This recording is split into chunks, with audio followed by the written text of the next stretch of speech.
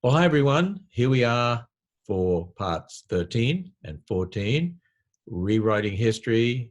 Well, not rewriting biblical history, but rewriting maybe the popular history you were taught that you think is fact. We call it the new history. And with me is Dr. Nathaniel Jeanson. He's going to be the one doing the presentation. And Nathaniel, as we get underway here, in part 13, the neglected pre-Columbian history of the Americas. The pre-Columbian history of the Americas has remained one of the most mysterious eras of human story. Written records are absent, leaving genetics and archaeology to fill in the blanks. Or so we've been taught. Have written clues to the Americas been lying before our eyes this whole time? Oh, that's interesting. Join us as we uncover the neglected pre-Columbian history of the Americas. That sounds really interesting. And part 14, well, we'll talk more about that tomorrow when we get to part 14. But what happened to the Mayans? I've always wanted to know that. And I'm very interested in what you say is right there before our very eyes and we don't even realize it maybe. So Dr. Jeanson, just before we get into part 13, I read the comments that are posted every time you speak. And, a lot of people are very appreciative of this. And for a lot of people, it's so radical and yet they're prepared to have their thinking challenged. But there was someone who actually posted last week the comment that you say there were 54 million people in the Americas. That's impossible. That's ridiculous. Could you just speak to that first and then go on with part 13?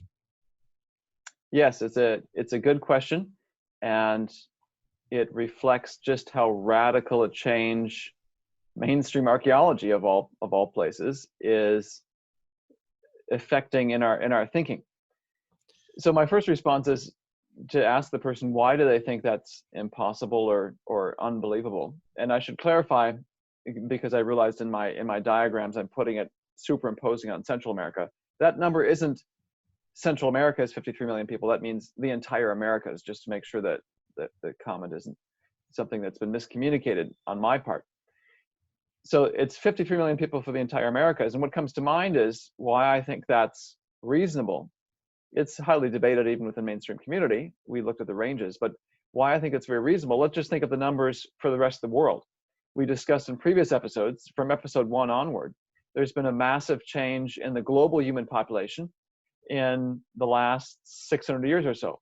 After the Black Death finishes in Europe, 1400, we've undergone a 20-fold change in world population size from then till now. Well, in the Americas today, there's 300 some million people in the US. In Latin America, there's around 600 million. There's about 1 billion people today in the Americas, close to it. If there were 53 million people in 1491, it's just under a 20-fold change from then till now. So it's right in the ballpark of world population growth changes for the rest of the continents, the rest of the globe. That to me is reasonable. Plus there's increasing archaeological evidence that seems to keep pushing that number upward. We'll talk about it more in part 14, even for the area where the Mayans ruled, how research even within the last 2 years is rewriting and pushing up the number of people we thought were there. It's a massive number of people who lived here, far more civilization than we first thought. It's been obscured because the jungle has swallowed up so much of this, and the research is ongoing. But that's what comes to mind for me first is, it's a number for the entire Americas, not just Central America, this 53 million. It's a number that has some play in it. It's still being debated. The best evidence is archaeological. Some of the debate is because people are trying to take these death rates and then extrapolate backwards, and these have fairly large uncertainties and so forth. But the evidence to me is increasing from archaeology that this is quite reasonable, and it fits sort of these numbers that we have from around the globe. And we'll talk more about that specifically with the Mayans and some recent radar research that's being done in part 14 that I think is really fascinating. And there's places people can look into that further. What I want to do in this episode, though, is talk about a line of evidence and discuss some of the answers to the questions we raised previously that has the potential to be even more explosive on this question of the pre-Columbian Americas. And this question, of course, is one part of the larger question of who do we come from as the human race? We as peoples, even though we look different, talk different, act different, different cultures, all have a common ancestor. Even for creationists, though, I think we tend to think, well, that's still distant past, even if it's a few thousand years ago. We look at people that are different from us and maybe scratch our heads and say, well, I'm not quite sure how that works, but at some point it happened, and we don't pay much attention to it. And an example of that is a stereotype I've had for many years. My mother's German. My dad has been in America for several generations. So I trace my heritage essentially to Europe and have naturally assumed that's probably all it's ever been. And so these ancient cultures that we talk about in other parts of the globe that are not necessarily European or Western European, like the Greeks, or the Asian cultures like the Persians and Babylonians, or African ones like the Egyptians, well, that's not geographically where I'm from, and so they must not have any relationship really to my family tree. If it is, it's not even worth mentioning. Well, I've discovered that this sort of assumption that I'm sure many people hold is wrong. So, for example, I was just watching something with my wife the other day about ancient Egypt and modern Egyptians doing some of the archaeological work. They claim the ancient Egyptians as their heritage. Well, are they really their descendants? Who is related to these people? These are the questions we're going to be addressing in our series and have been addressing. I've made some promises early on of some of the big picture conclusions we're going to reach that rewrite the stereotypes we've had about who we are and who we've come from. I've said that we're eventually going to discover that so-called black-white people exist, that there are Caucasians running around who, going back just a few hundred years, have had African, dark-skinned people as their ancestors for thousands of years prior to that.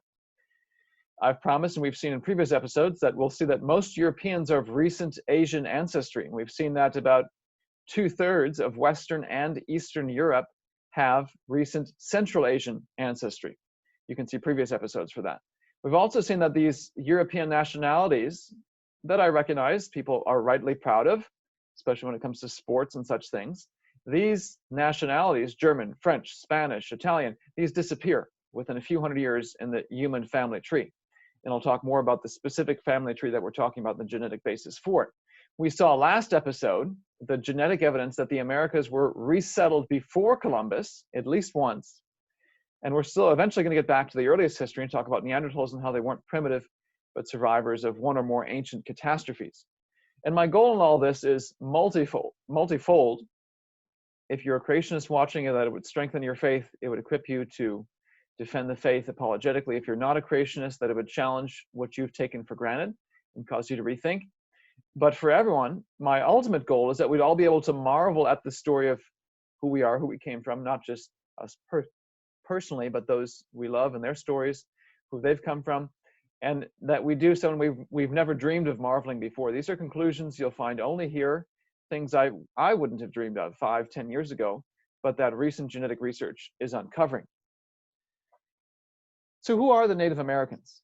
We saw last time several shocking things that genetics has recently revealed, and this comes from a paper that was just published April of 2020, work I've been doing in collaboration with others.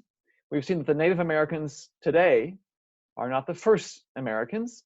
They arrived in the early AD era, somewhere between 250 AD and maybe 800 AD, from Central Asia. They came over, either mixed or perhaps wiped out whoever was here first. And this shock raises all sorts of other questions that we're now trying to uncover the answers to. Why did they leave Central Asia? What pushed them out? Why would they leave their homelands, make the dangerous trek across the Bering Strait to a land that's foreign, and engage people and overtake them? What did they do once they arrived here? What's their story besides just they came here and the rest is history?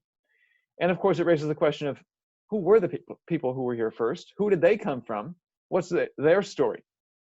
Now, for years, people have approached this question ignoring a source, namely the Native Americans themselves. For example, the Delaware Indians, or the Lenni Lenape, when Europeans arrived, were on the Atlantic coast of New Jersey, New York, Delaware, and so forth.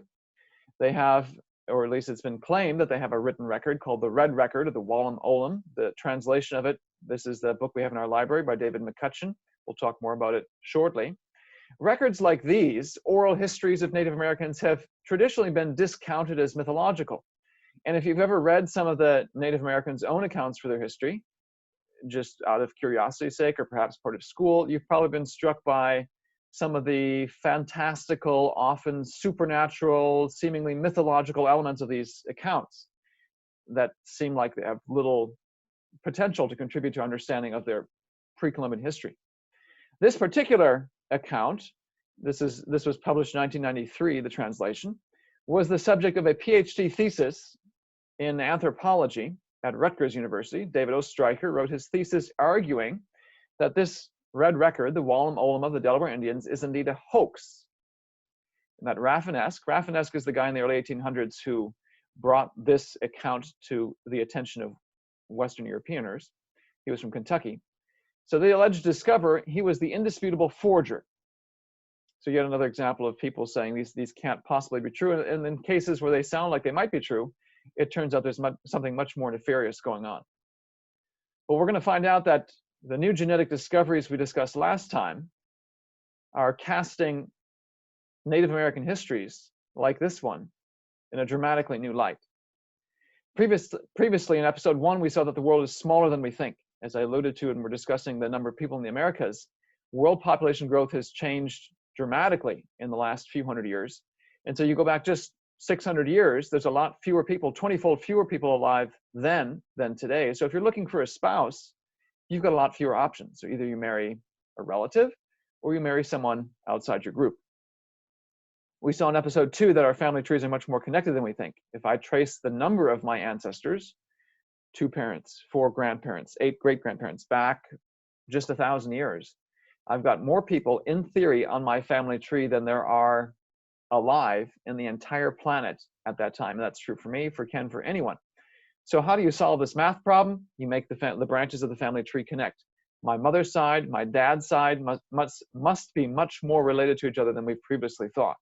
This implies then, if you think about that answer globally, that so-called racial or ethnic change must happen more quickly than we think. Episode 3, we talked about the genetics of this and how easy it is and how quickly ethnic change can happen, and much more quickly than we thought. Combined with rates of human reproductive growth, we've seen just how easy it is for one ethnic group to take over another. And they can do this silently without us seeing visibly a tremendous amount of evidence today. In theory, it's possible that most Europeans, Caucasian Europeans, are of recent African descent, based on what we discussed in episodes 3 and 4. We've also seen in episodes 5 and 6 that our family tree is much more shallow than we think. To go from 8 people to nearly 8 billion in the globe today happens in 200 generational steps or less. And if you think about that, okay, we've got to reduce 8 billion branches on the family tree back to 8 in boom, boom, boom, boom, in just 200 steps. You're going to have to start connecting branches much more quickly than you're used to thinking about. We've seen that the answers we're going to get from genetics are not the answers you can get from a $100 test from Ancestry.com or Family Tree DNA or 23andMe or any of these commercial genetic testing companies. They're looking at DNA that's inherited from both parents. That can tell you probably a little more than what you already know from your own family tree. So $100 out the door for not much more information. The key information we need is DNA that's inherited from only one parent or only the other parent, so that the genetic signal cannot get diluted. In theory, that could either be the mitochondrial DNA, that's a fancy term for the DNA that mothers pass on, or what we've seen, it could be the paternal DNA, the Y chromosome, the fancy term for the DNA inherited from dads. And we've seen for technical reasons that we discussed in episodes 5 and 6, it's the male inherited DNA that's the best tool for digging into the details, the precise details of human history. And the principle is, this DNA is passed on from fathers to sons, but it's passed on imperfectly. Every generation, a few mistakes are introduced in the DNA sequence. We can identify those just by comparing DNA sequences to one another.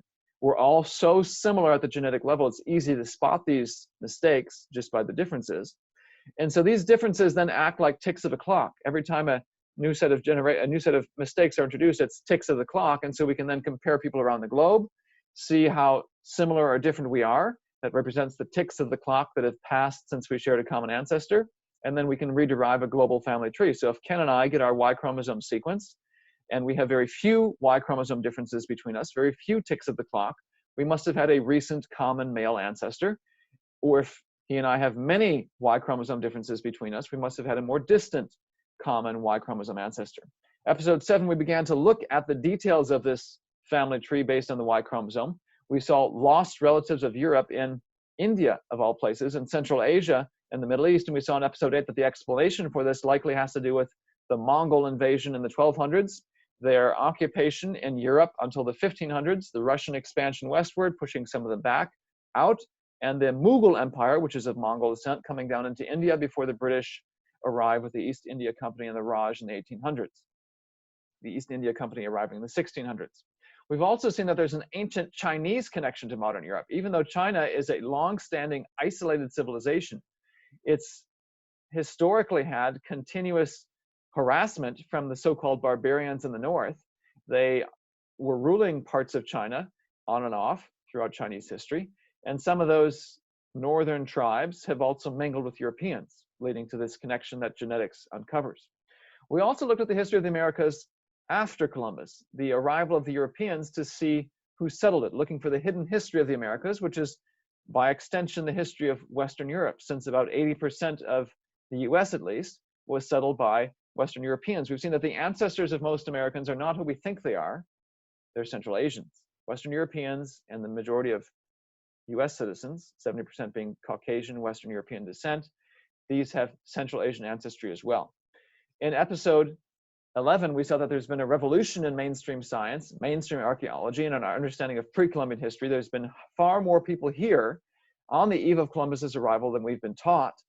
And these people were far more advanced than we thought, not some primitive brutes walking around. In the words of Charles Mann, who authored 1491, he called them survivors of a recently shattered culture, like walking into Nazi Germany after World War II in a concentration camp and seeing all these starving, naked people. If you didn't know the history, you might say, oh, these are leftovers from the Stone Age. No, they're tragic survivors of this awful catastrophe that the Nazis perpetrated on them. Similar thing is going on in the Americas. Now that we're uncovering some of the evidence archaeologically and historically for the massive numbers of people, this rewrites how we understand it.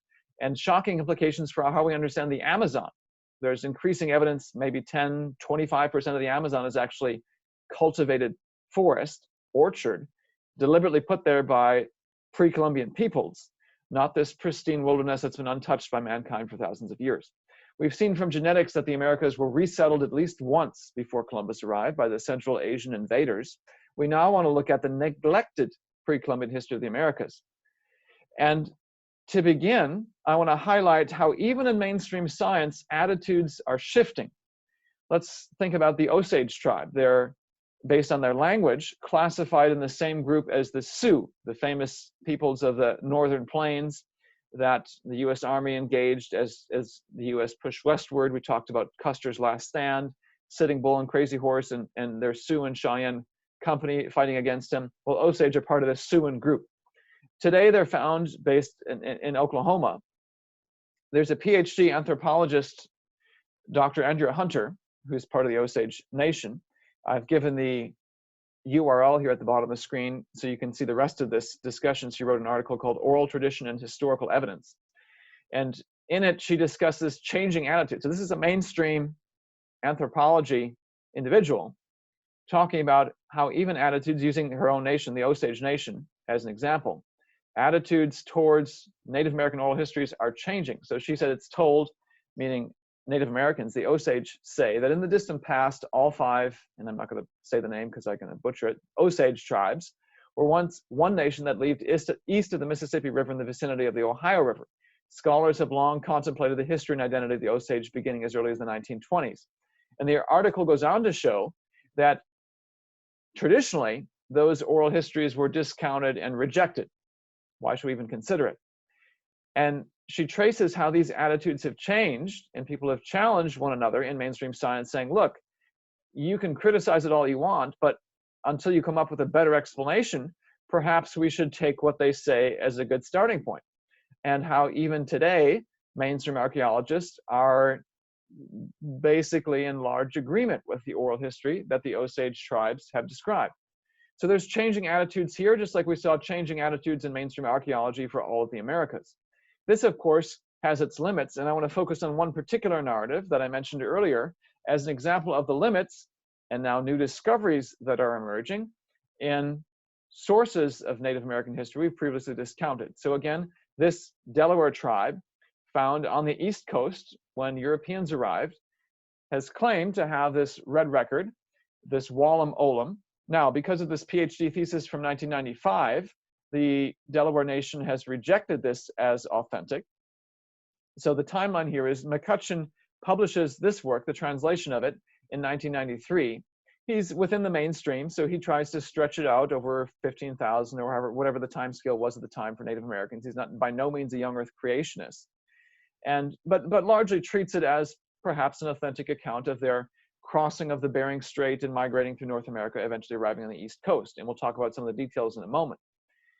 Oestreicher in 1995 was offended by this, and he talks about the background to why he pursued his PhD topic, and ends up concluding that everyone's been misinterpreting this for years, that the red record was fake, invented by some guy in Kentucky to gain himself wealth and fame.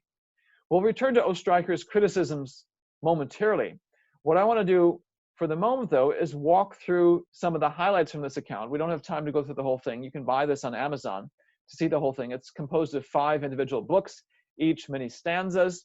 What I want our viewers to see is how this record reads. I'm, of course, going to read the English translation of it, just to see that this is rather different, perhaps, than many of the fantastical and supernatural sounding accounts. What's also very interesting, especially to creationists, is that how this begins. So let's start with book 1, the opening lines of this red record, and we'll return to some of the mainstream criticisms of this to see what this reveals about the authenticity of this and other records, and the nature of evolutionary criticisms of Native American accounts. So this book begins with, at the beginning, the sea everywhere covered the earth.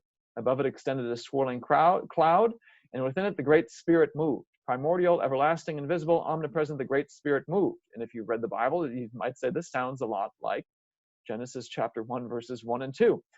And indeed, this book, this red record describes a very clear creation account, bringing forth the sky, the earth, the clouds, the heavens, bringing forth the day, the night, the stars, bringing forth all of these to move in harmony. So you have echoes here of Genesis chapter 1. Again, the Great Spirit created, the creator, spirits, living beings, immortals, the souls for everything. Those ancestors, the first men were alone, the first women were brought to them. So you hear echoes of Genesis 1 and 2, the creation of mankind. But then, very secretly at the end, an evil snake, a sorcerer, came to earth. Wickedness, wrongfulness, criminal acts, these came there. So not only do you have what sounds like a very strong echo of Genesis chapter 1, verses 1 and 2, but other elements of Genesis 1, elements of Genesis 2, and now a fall account, complete with a snake involved, the mighty serpent resolving that men and living things be destroyed. So the mighty serpent, that now is beginning book 2. I've been skipping sections here just for sake of time, giving you the highlights. Brought the snakes, brought the sea monsters, brought the snaking flood, flooding and flooding, filling and filling, smashing and smashing, drowning and drowning. They have a flood account. They have a creation, fall, flood sequence. In this case, the flood is brought about not by God, but by this evil snake. So there's differences, obviously. It's not a verbatim quote from the scriptures. But there's echoes here of that heritage. The great flood dried, valley and hollow. The great peril was over. It was over. After the flood, the Lenape, the true men, and now we're in book 3, the turtle people, were crowded together, living there in cave shelters. Well, what does cave remind you of? Their home was icy. Their home was snowy. Their home was windy. Their home was freezing. Ice Age. Now this is, supposedly if it was forged, this is early 1800 stuff. And here we're talking about Ice Age. I'll give away that I don't think this is forged for reasons we'll discuss momentarily, but notice that they're even discussing not just creation, fall, flood, but Ice Age afterwards, living in caves. It goes on, in the old land, the winter land, the turtle land, the great land where the turtle men, the Lenape. All the enemy snake lodge fires were troubled. The snake priest said to them all, let us go. Now in this case, they seem to be using the term snake to refer to their enemies, enemy peoples. And we'll see this as we go on. They continue to speak of them that way.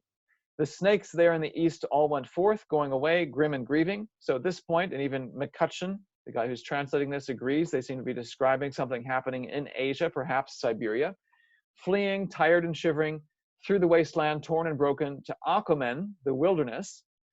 So they're describing here these peoples in Central Asia, their enemies apparently, going to Aquaman, which we'll discover is the Americas. They go first, these snake people, whereas the Lenape, the Delaware, stick around for a while, apparently in Central Asia or Siberia, wherever this is. The freemen, carefree and fearless, all went northward, spreading across the snowy country. By the Dark Fish Sea, the Gaping Hollow Sea, settled the White Eagle clan and the White Wolf clan. This appears to be close to the Bering Strait, rowing, crossing the water, for they long gloried in the eastern light, the land of Aquaman. 10 times 1,000 they crossed, all went forth in a night. So about 10,000 people they're crossing. And I want viewers to see the level of detail here that this account gives, even the numbers of people crossing. They crossed to Aquaman, the east land, crossing, marching everyone together. This is now the beginning of book 4. And again, I've skipped a lot just for sake of time. This is a fairly extensive record. Long ago, the ancient Lenape came to the evergreen land. The White Eagle had been the pathmaker hitherto for all of them there. When Aquaman, the ruddy land, the good land, they discovered. The kindred, the hunters, the pioneers meeting in council all declared, Coloweel, noble elder, thou art sachem here. Sachem, you'll see, is just their term for leader, president, something along those lines. Here again are their enemies. The snakes come, thou must slay them. The snake hollow they must leave. Defeated, all the snakes fled to hide in the swampy vales. After Coloweel, in the evergreen land, the sachem was the white owl. After him, the sachem was constantly on guard. And if you've read much of the history of the American West and the Indian Wars, and the names that the tribes would give to one another, you can see the sense of humor they had, their creativity. You look at some of the Siouan names like Red Cloud, Sitting Bull, Man Afraid of His Horses. Very, again, sense of humor, intriguing names. This description and the naming of these people is consistent with that.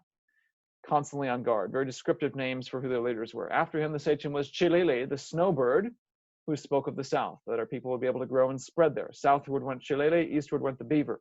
And this isn't the only time where whoever the original group was apparently broke up and spread out. I want to draw our attention to another event. This account, once you get to the Americas, they list about 90 to 100 sachems, each of them with a similar formula.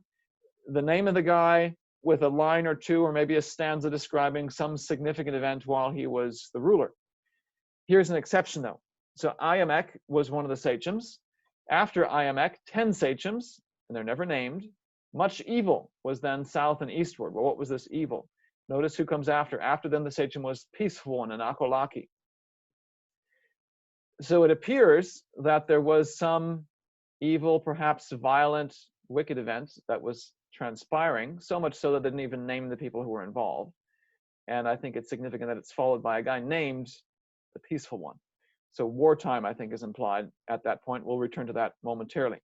The next sachem was History Man, written records he began. So this account, taken at face value, claims to be a document that was written over many, many generations. It appears that the sachem, each sachem keeps adding to the record. I was this sachem, or this was the sachem, and he did this. And then the next generation, this was the sachem, and he did this.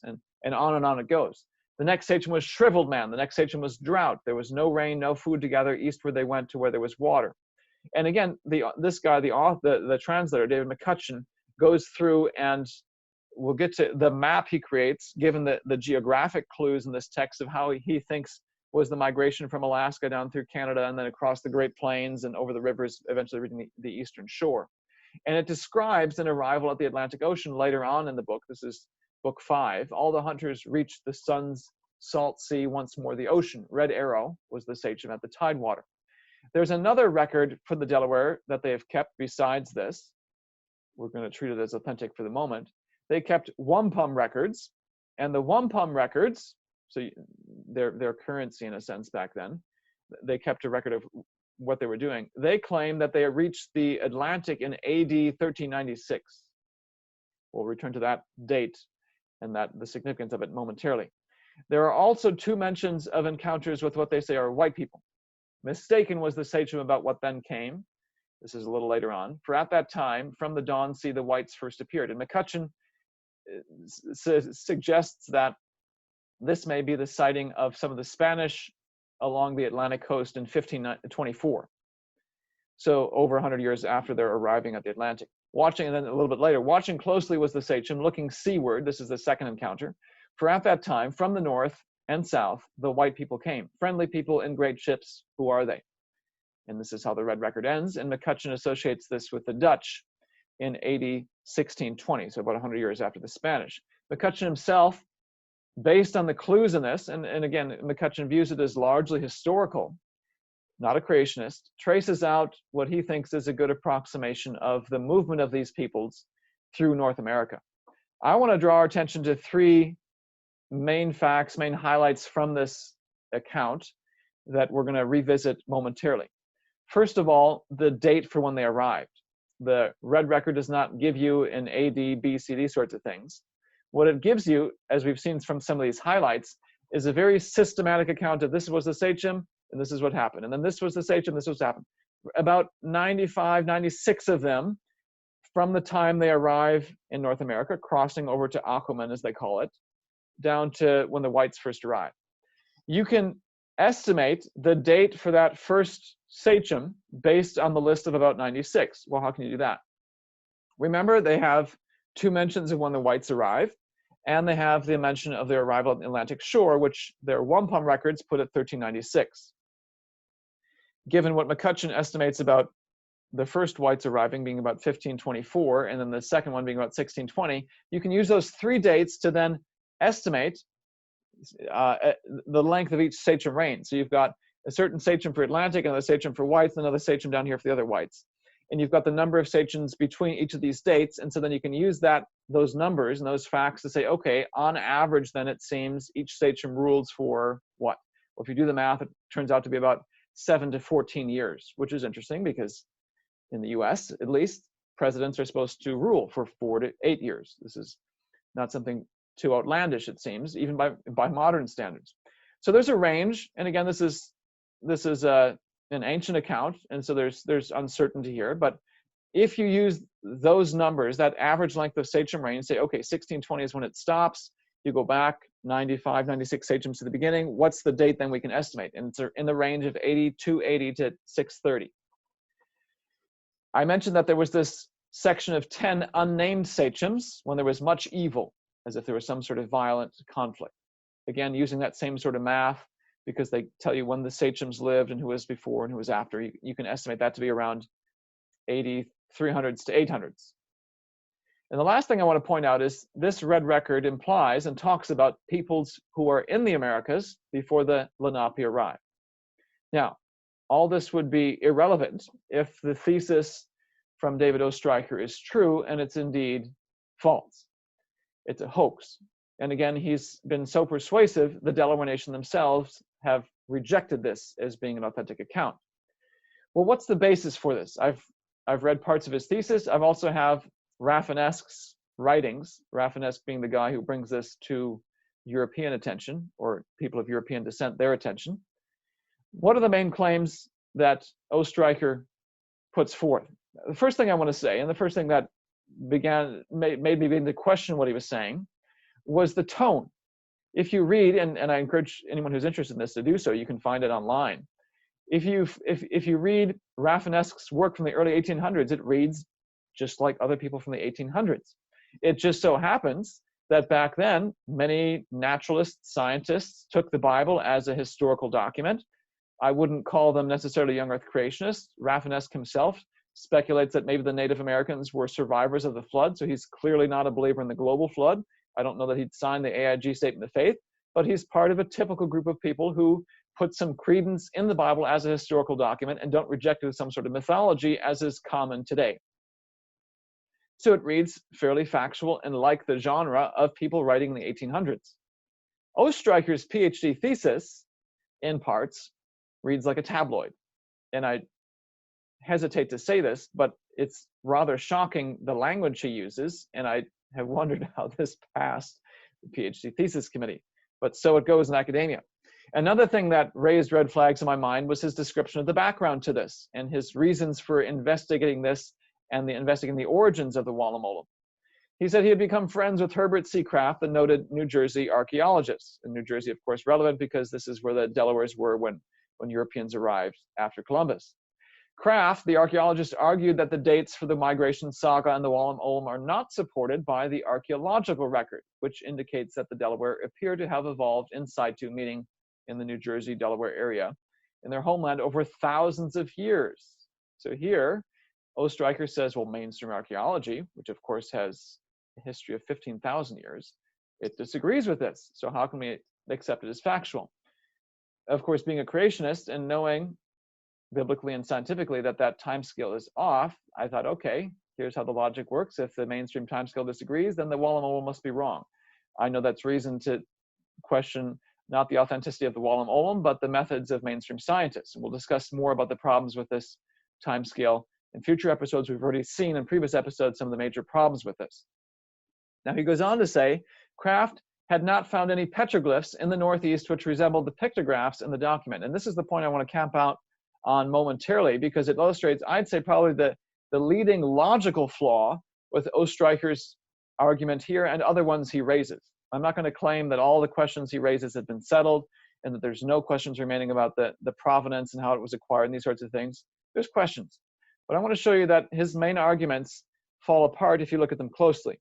So let's first take the Wallam Olam at face value, as it claims to be, and see how we should expect the world to look if it was true. Because this to me is something Ostreicher is unable to do, and this to me is a near universal problem in the mainstream evolutionary community.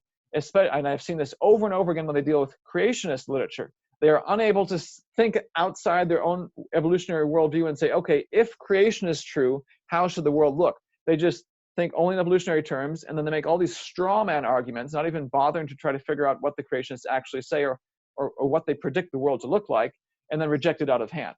Severe logical flaws, and I see the same pattern of thinking showing up right here. So if the Wallam Olam is true, how much should the language in the Wallam Olam match modern Wallam Olam? And there's pictographs. McCutcheon, in his 1993 account, shows a whole pictographic story along with written Delaware language and then the English translation of all this.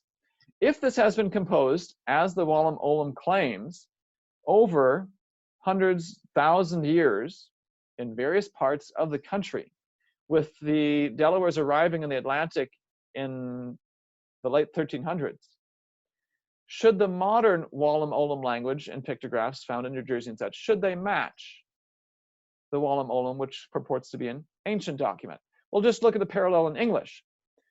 We can start by thinking about the King James Bible, 1611. Is King James English the same as modern English? No, English has changed. Well, you go back even further, Beowulf, which mainstream folks would say has been dated to about 700, 750 AD.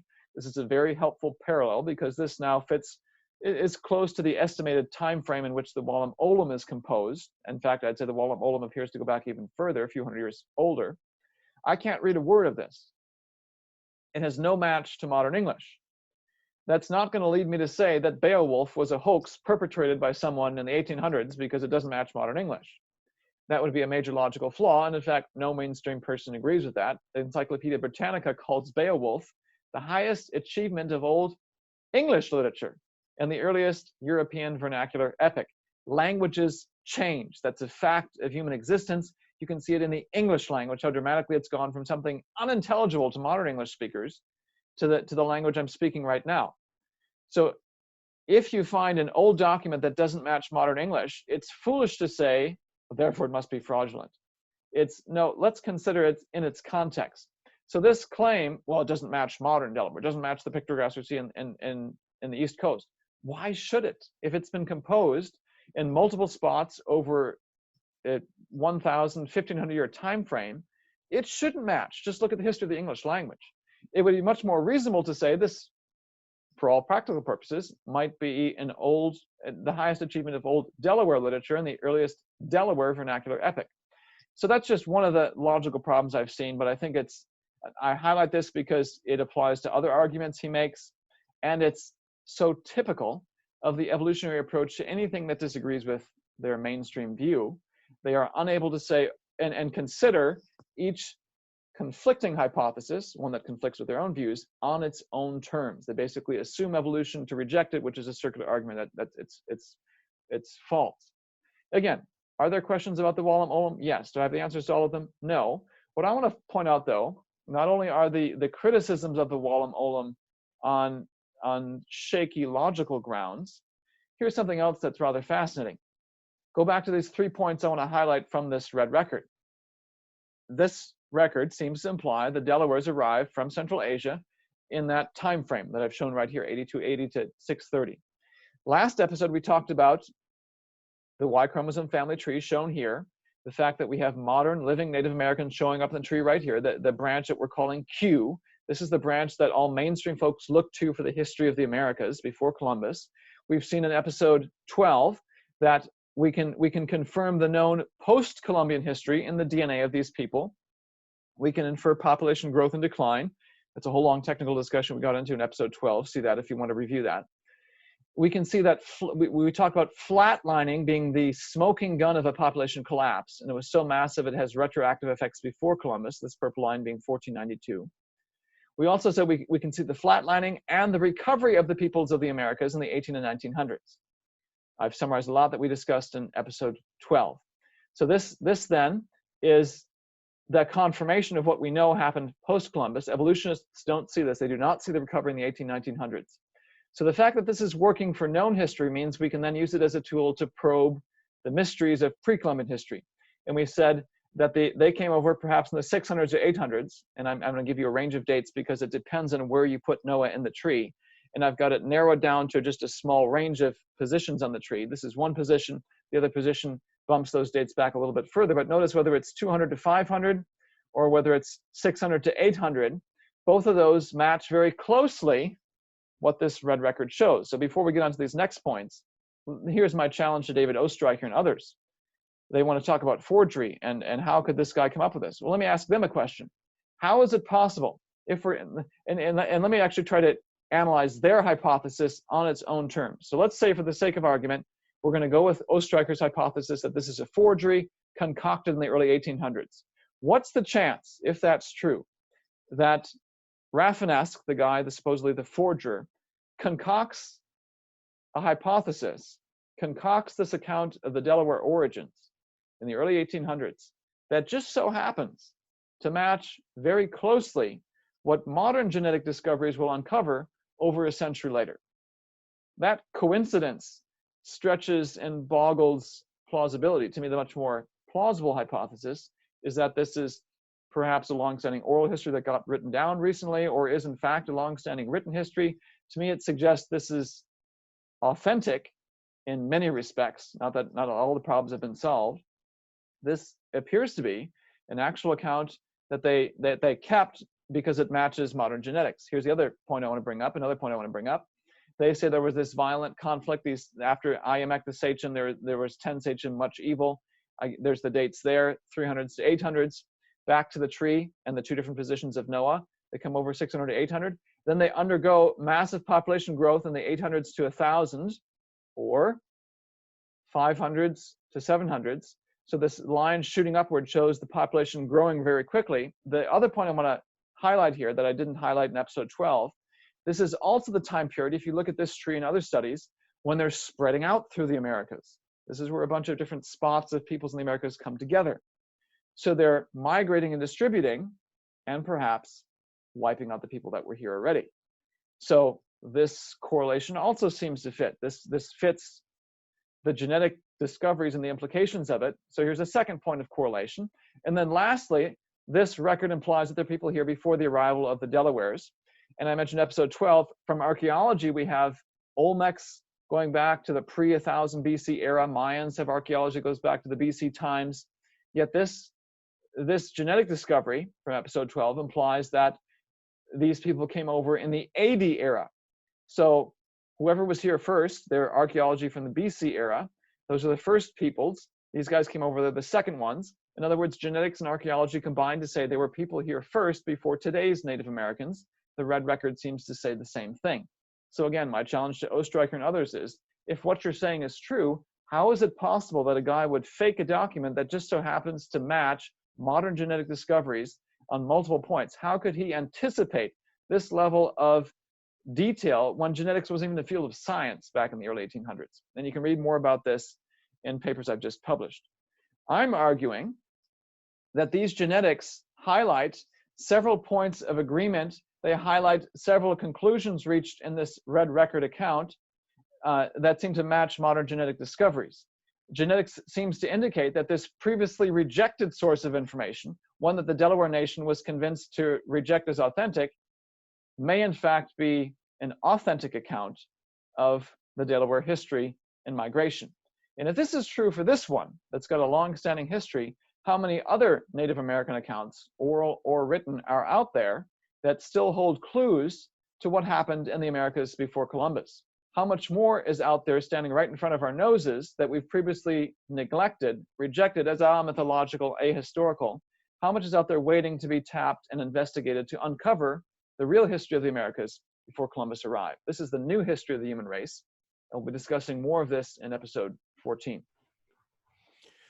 You know, Nathaniel, I was just thinking as you're doing that, there's a basic problem that people have today, and they've had in regard to those documents you're talking about, because even in the COVID-19 situation, we're hearing certain politicians out there saying Christians are against science and you need to listen to the scientists and so on. And yet, I think it's that people have this misunderstanding that, oh, if somebody goes out there and says in archaeology, this goes back to this date and all the rest of it, this therefore conflicts with this record, they don't realize those people are interpreting those archaeological finds, and it's based on a particular worldview and maybe using some possible dating methods, carbon dating or something like that. It could be some other dating method they use, but they're based on fallible assumptions that can be shown to not be 100% true, and so that can be reinterpreted. I mean, the same sort of thing with modeling for what's happening with viruses and so on. People need to understand their assumptions behind it. There's a basic problem here in that we need to understand the difference between observational science and historical science, as we have always pointed out in this ministry. And that has great bearing on this topic, doesn't it? And another problem I think is sadly highlighted by that same COVID discussion is something that I hoped had been restricted to Europe, because I'm of German descent, been to Germany many times, and I've heard from people over there back when I've done visits. Experts, got to trust the experts, as if there's a group of people out there who have no biases, interpret things without any hint of preconceived notions, do only the facts, don't bring any assumptions to the table, and somehow we should just trust every word they say. And as if experts never disagree with one another. And of course, and sadly, this is now the attitude I'm seeing over and over again in this pandemic discussion. Well, trust what the experts say. Well, which experts?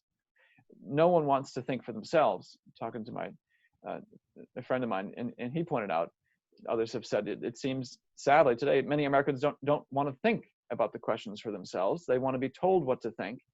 And that has dangerous consequences, especially on questions of life and death.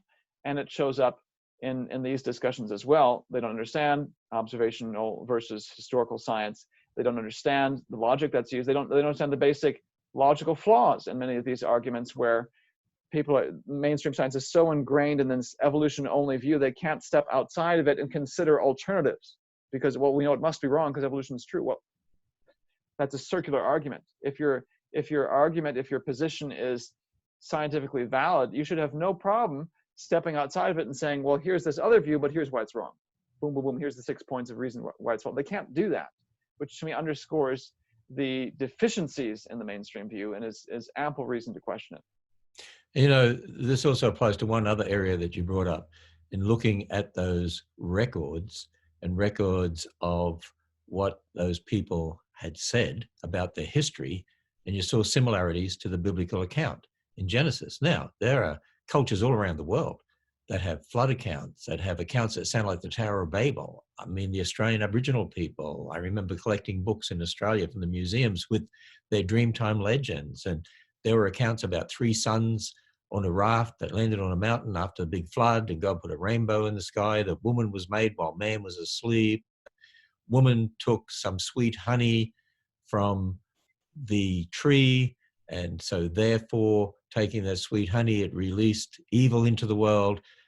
Yet the evolutionists would claim that has nothing to do with true history or biblical history. The fact that the elements are all the same, if anything, what they say is, oh, you know, the Jews borrowed their stories, for instance, from the Babylonians, and that's why they have these similar stories, instead of saying there was the original account, and now we see perversions of it all over the world in different cultures. And so because of the evolutionary worldview, they totally misinterpret those things. And that's to me where the bias shows up so strongly. Osterreicher rakes Rafinesque over the coals, and it's highly suspicious to me. And what seems to be more at play here is it's not that Rafinesque is somehow, he is a product of his time, Rafinesque, the guy who's supposedly the forger of this document. But he sounds just like the other people of that time. And to me, what comes through more clearly in Osterreicher's thesis is the bias people have against the attitudes of that day. It's very difficult for mainstream evolutionists to accept the fact that no, treating the Bible, even if it's not in a young earth sense, but treating the Bible as a historical document and as a guide for academic research was a mainstream good academic view back in the 1800s. And somehow that's just unthinkable to them. And so, of course, it must be wrong. No, no, no. They don't understand that that's modern bias creeping in and trying to judge these older views by a ridiculous modern standard. People like Rafinesque, who was quirky for sure, but quite brilliant. He and others of his day, again, they're living in an era where the Bible is treated as a legitimate document. They've got weird ideas about it. And it's the modern mind that is unwilling to consider the possibility that smart people actually did that back then, and that intelligent people still do that today. That's to me what comes through loud and clear, and sadly is so pervasive in today's mainstream evolutionary community, and it inhibits real progress on scientific and, as we're seeing, historical questions. Well, thank you, Dr. Jeanson, and we look forward to coming back for part 14, which will be on the Mayans. And that's going to be very interesting to see what happened to the Mayans. And you're going to give us some answers. So people, come back tomorrow night and go to Answers in Genesis YouTube channel to see all of these programs in a playlist, or subscribe to answers.tv and you'll have it all there, easy to find, along with all of our other hundreds and hundreds and hundreds of video items as well. Thanks, Dr. Jeanson. We look forward to part 14 coming up tomorrow night. Thank you.